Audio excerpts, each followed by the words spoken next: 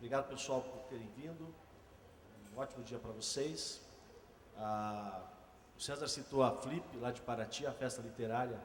Eu tive a sorte de visitar desse ano, estava fantástica. E a essência de lá é a mesma daqui. Pessoas interessadas em literatura. O resto são só diferenças de escala, diferenças de proporção. A literatura movimenta pessoas todo ano a Paraty, e aqui já movimenta há muito tempo os alunos, os visitantes, as pessoas que gostam de livros para a feira literária e agora a FLIM, como vocês as estão chamando. Eu achei o tema apresentado bastante assim, complexo. O mundo que trazemos em nós é só o que conseguimos ver. Pode-se ler, até na entonação já pode-se mudar o sentido dessa frase. O mundo que trazemos em nós é só o que conseguimos ver. É tão aberta esta frase que eu acho que nós vamos poder aqui, como vocês costumam dizer, pirar na batatinha e tirar ideias bem diferentes, talvez surpreendentes dessa discussão que vamos começar. Vamos começar então com o Pelanda, ou melhor, com a Maria Célia, que já está com o microfone ali, para a gente iniciar a conversa, Maria Célia. O que essa frase te traz, no sentido também do horizonte, que é o que a escola propõe como assunto? Bom, primeiro eu queria agradecer mais uma vez essa iniciativa do Colégio Medianeira. Para mim é uma alegria, mais do que tudo, poder conversar sobre a matéria-prima, fina, vida, livro. Eu acho muito legal poder contar para vocês, ou recontar, aquilo em que eu basicamente acredito. O livro nasce da vida. Quando vocês veem aquela série de livros nas prateleiras, nas bibliotecas, é muito importante saber que eles surgiram de uma fonte inesgotável de histórias que brotam da vida. Assim, a gente perde o medo, perde o receio de tirar qualquer livro que esteja, inclusive nas estantes mais altas. Por que a gente não pode ousar ler um Guimarães Rosa? O Grande Sertão Veredas trata das veredas que são os caminhos da vida. Agora, o que tem acontecido, e vocês sabem disso, porque isso é matéria corrente em todos os jornais, no que se fala por aí, é que nós estamos vivendo tempos caóticos. Parece que o ser humano anda muito ocupado com questões que começaram a desumanizá-lo. Melhor dizendo, parece que ninguém mais se comove com nada. Comove. Ninguém mais se move com.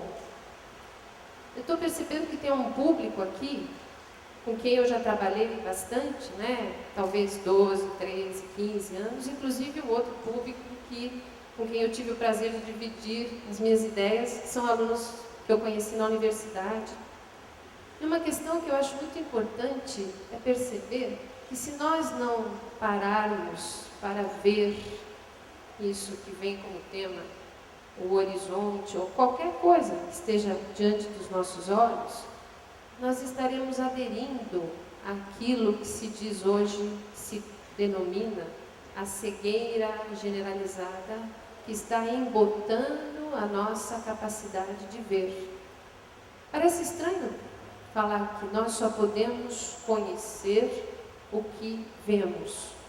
Mas se todos nós temos olhos de ver, o que anda acontecendo? Então, eu inclusive já havia falado na entrevista que foi feita nos Sujeitos Leitores, de um outro grande autor, que foi Nobel há pouco tempo, que é o José Saramago. Alguns de vocês vão dizer, nossa, mas é impossível ler o Saramago, porque é muito difícil. Eu juro que não é. Não só eu. Melhor dizendo, as ideias que o Saramago colocou num livro fundamental para compreender o que anda acontecendo agora, no nosso tempo, é Ensaio sobre a Cegueira. Por que esse livro, para mim, e para vocês todos, e para o mundo contemporâneo, é um ícone. Ou seja, é um livro que toca fundo na questão do ver. Porque ele diz assim, olha, nós estamos bombardeados de luz. Se vocês, quando voltam para casa, tocam a tecla do computador, o universo aparece. O universo nunca esteve ao alcance das nossas mãos como hoje, na era revolucionária da informática. E o Saramago coloca uma questão que é assim, a cegueira que vai afligir os personagens do livro é uma cegueira branca. Todo mundo vê nesse livro, mas de repente, do nada, alguém percebe que não está enxergando. Mas quando percebe que não está enxergando, ou seja, acaba sendo acometido de uma doença chamada cegueira, é uma cegueira branca, por excesso de luz. Bom, com esse meu discurso, eu só queria introduzir o papo, né? Lembrando que, se é assim, o que a gente poderia fazer? Se o mundo vive nessa questão da desumanização, se todos nós estamos sentindo uma pressão, uma ansiedade de luta contra o tempo, temos tempo, mas não sabemos como organizar o nosso próprio tempo, se estamos sendo consumidos por uma série de demandas que nos afastam da capacidade de ver, alguma coisa precisa ser feita. E aí, eu vou tomar um poema curtinho de uma grande poeta que viveu tanto tempo aqui em Curitiba, que eu tive a chance de conhecer e que agora se comemoraram aí, dia 12 de outubro, o aniversário dela, já faleceu, a Helena Collodi. É assim, poesia. Soam passos apressados, surgem rostos pensativos, passam ombros encurvados e passam olhos altivos. Sonha a rosa sobre o muro. Resumindo, eu gostaria, inclusive, depois que vocês conversassem comigo sobre esse poema, a gente repete, mas em resumo, mesmo que os passos sejam apressados, mesmo que os rostos sejam pensativos, mesmo que os ombros estejam cada vez mais encurvados e haja olhos altivos, a rosa continua lá, sonhando sobre o muro. Vocês imaginem a delicadeza da pétala da rosa, a maciez da pétala de uma rosa, roçando a rispidez agressiva de um muro. Isso, para mim, em poucas palavras, e com a maravilha da concisão poética que Helena Collodi sabia fazer, que foi uma das inauguradoras dos raicais na literatura brasileira, inclusive orientou muito Paulo Leminski, Helena Collodi, né? Com poucas palavras, numa condensação poética, o que ela revela? Nós estamos deixando de ver. Então, se a rosa está sobre o muro, é preciso reaprender a ver a rosa. Reaprender a ver a rosa, para Helena Collodi, essa rosa que continua lá sonhando sobre o muro, é resgatar a poesia. Para ela, o título disso que eu acabei de recitar aqui é poesia. Isso é poesia.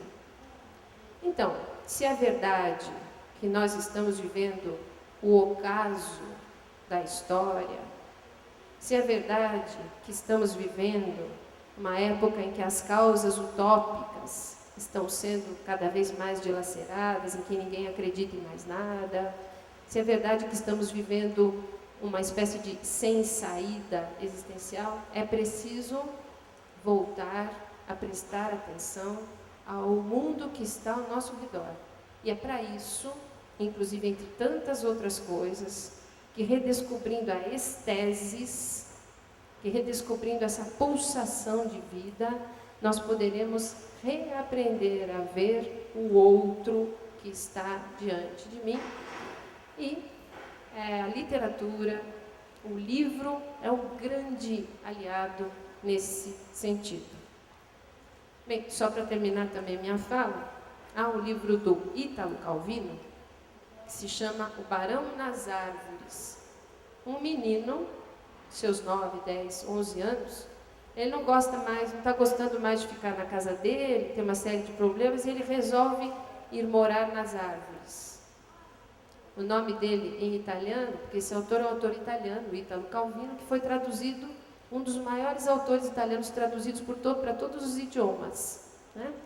Tem uma trilogia dele que ficou famosa, e um dos livros é O Barão nas Árvores. Esse menino decide, lógico, numa perspectiva simbólica, alegórica, ele vai morar nas árvores. E lá do alto das árvores, ele tem a visão do que está acontecendo aqui no mundo de baixo. Aí no meio do caminho da história, havia um bandido, em italiano se chamava Gian dei Brughi, que na tradução acabou sendo o João do Mato. E esse bandido era muito feroz, era um bandido que todo mundo temia, capaz de cometer atrocidades bárbaras, etc.